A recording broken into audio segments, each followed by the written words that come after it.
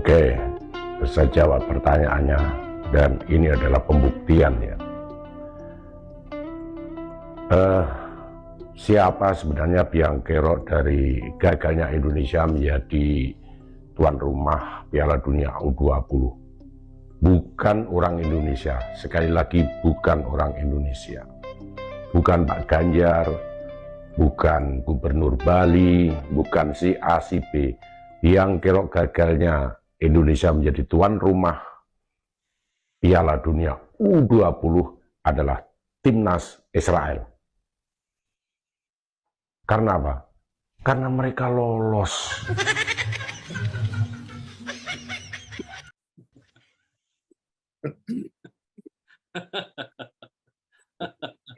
Keep smile.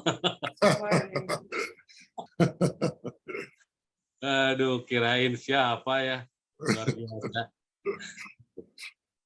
Ya, jadi ingin saya sampaikan juga bahwa nanti ada beberapa tayangan-tayangan lagi untuk menjadi selingan-selingan dari pembahasan malam ini, ya. Gladiator Bangsa episode kedua.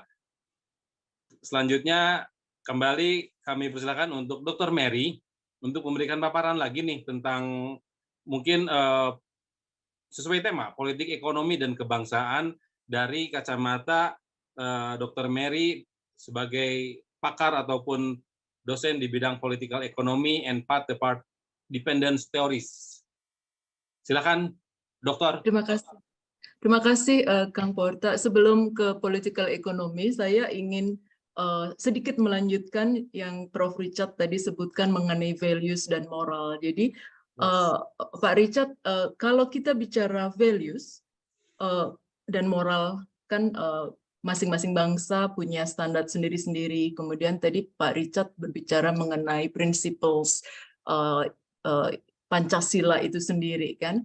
Nah, maka yang kita perlu pertanyakan juga kepada para calon pimpinan bangsa ke depan, misalnya adalah sebenarnya mereka hold basic value-nya ini apa? Apakah mereka mengikuti path utilitarianism atau deontologi? Ya kan, Pak Richard? Kalau misalnya utilitarism yang kelihatannya kalau saya observasi, mereka kalau kampanye politik atau melaksanakan policy adalah yang mereka selalu kampanyekan atau tonjolkan adalah apapun yang dilakukan, apapun kebijakan yang dimunculkan dan dilaksanakan harus memiliki greatest overall impact to most people, begitu kan Pak Richard? Jadi selalu yang penting majority harus bahagia. Maka kita bisa berdiskusi lagi kembali ke konsep popularism, what is popularism. Jadi oleh karenanya kita akan mendapatkan leader yang paling populer. Namun kalau kita kembali ke Pancasila, maka kita akan berdebat, mungkin kawan-kawan yang hadir di sini juga para ahli histori dan juga politics di Indonesia.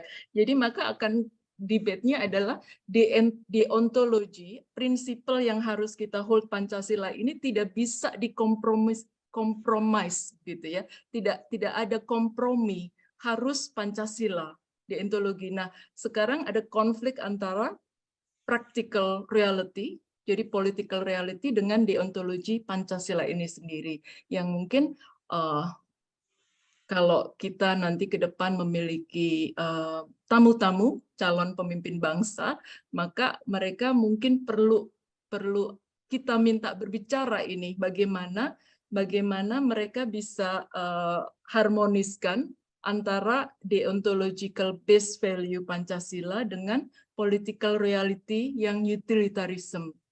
Kemudian Kang Porta, kalau mengenai political economy sebenarnya menarik karena saya di Oxford itu ada satu kelas yang membedah mengenai path dependence political economy di bidang lingkungan hidup, di bidang natural resource management. Dan kalau kita mau melihat ke belakang dari awal 70-an, maka kalau kita lihat teori political economy dan path dependence natural resource management, itu jawabannya adalah path dependence-nya adalah extractive model of political economy begitu ya, extractive model of natural resource management. Kalau extractive model artinya kadang-kadang para pemimpin, baik itu national leaders maupun local leaders, kadang-kadang kurang menghitung namanya externality dari environmental atau dari natural resource management. Kalau mereka hitung-hitungannya, Prof. Richard yang lebih ahli karena beliau adalah profesor ekonomi. Jadi kalau misalnya externality dari natural resource management tidak dimasukkan di dalam hitungan rente, di dalam hitungan rental natural resource itu, maka orang-orang yang mendapatkan konsesi, baik itu konsesi hutan, konsesi maritim, atau konsesi lahan yang lain, mereka membayar murah sekali rente kepada negara, karena mereka tidak membayar polusi udara, polusi air, dan polusi labor manusia, dan lain-lain. Nah, ini yang sebenarnya harus ada revolusi mental, revolusi policy di bidang extractive model of environmental development, political economy development di Indonesia. Itu yang sebenarnya secara summary demikian. Tentu saja sudah mulai ada perubahan tentang added value dari raw material yang bisa dijual, tidak boleh hanya digging resources dari bumi, air Indonesia kemudian langsung dijual, tetapi harus ada added value. Kita melihat ada perubahan. Pertanyaannya tentu saja sebenarnya seberapa cepat sebenarnya perubahan itu kita inginkan dan seberapa lambat dari awal 70-an sampai sekarang. Itu Kang Porta dari saya dulu sebelum diskusi selanjutnya. Dan saya sebenarnya tertarik juga Kang Porta untuk mendengar kawan-kawan yang hadir, karena saya lihat ada banyak ahli juga di bidang ekonomi dan politik di Indonesia.